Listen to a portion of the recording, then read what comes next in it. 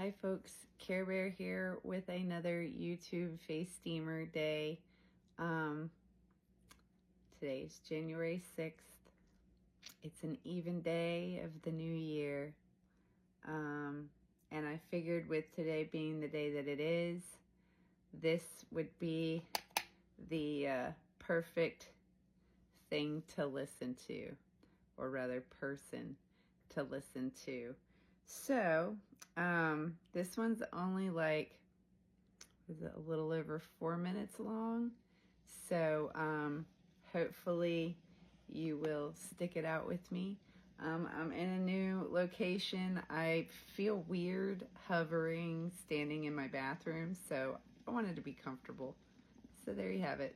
I might change again, who knows. Anyways, let's do this. Here's President Jimmy Carter. Well, I was aware of them. Joan Biaz and others sang some of those protest songs. Bob Dylan did, and I think at that time some of Dylan's songs were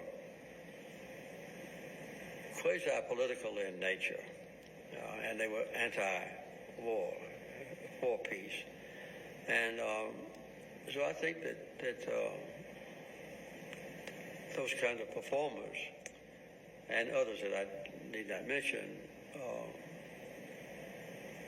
not only recognized the protest movement against the Vietnam War and against the lies that were being told to the American people by some of our political leaders, but also helped to instigate further protests. They not only represented the views of the protesters in their lyrics and I guess certainly in the words that they sang, but also they became part of the protest movement. So I was a state senator and a governor during the Vietnam War. My oldest son was in Vietnam.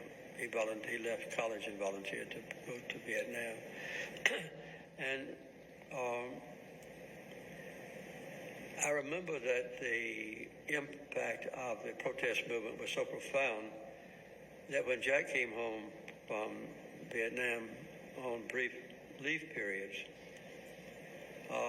he found it uncomfortable to wear his uniform because his friends and fellow classmates in high school and college looked on him as not only naive and foolish in volunteering to go to Vietnam when he wasn't drafted, but also because he was taking part in an increasingly unpopular American endeavor in which we should never have become involved.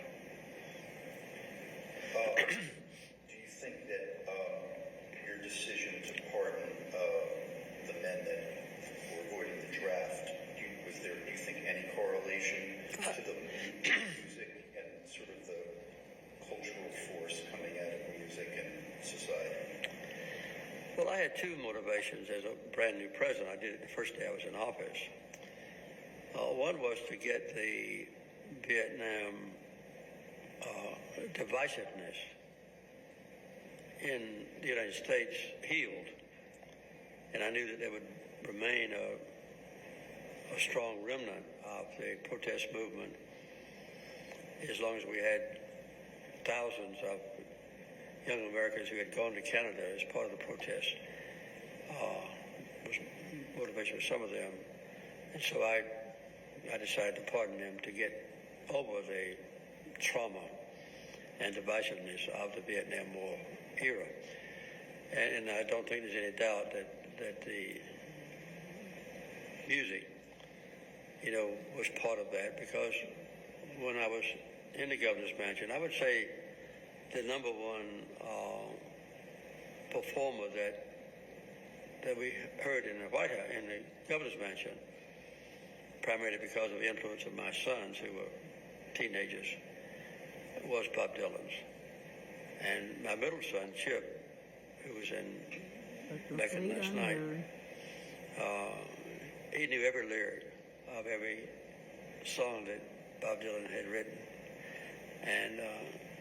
And I knew a lot of them as well. So I don't think there's any doubt that when I moved from governor to president, that was still resonating in my, subconsciousness at least.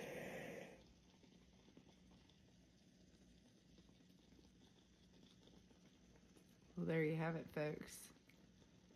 President Jimmy Carter and his talks about the Vietnam War and how we should not have been there.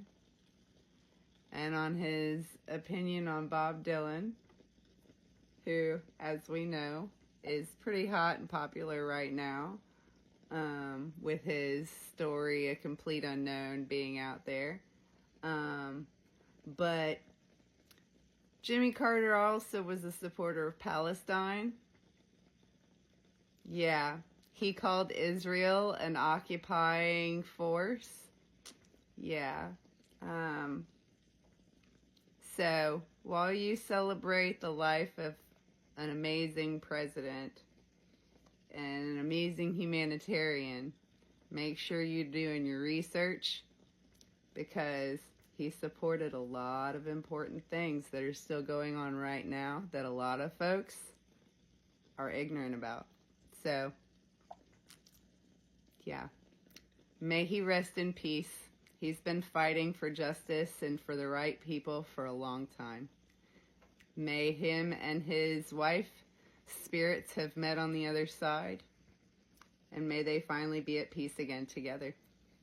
On that note, bring to a close the YouTube Face Steamer Day number 3 on January 6th, 2025. All right. Care Bear out.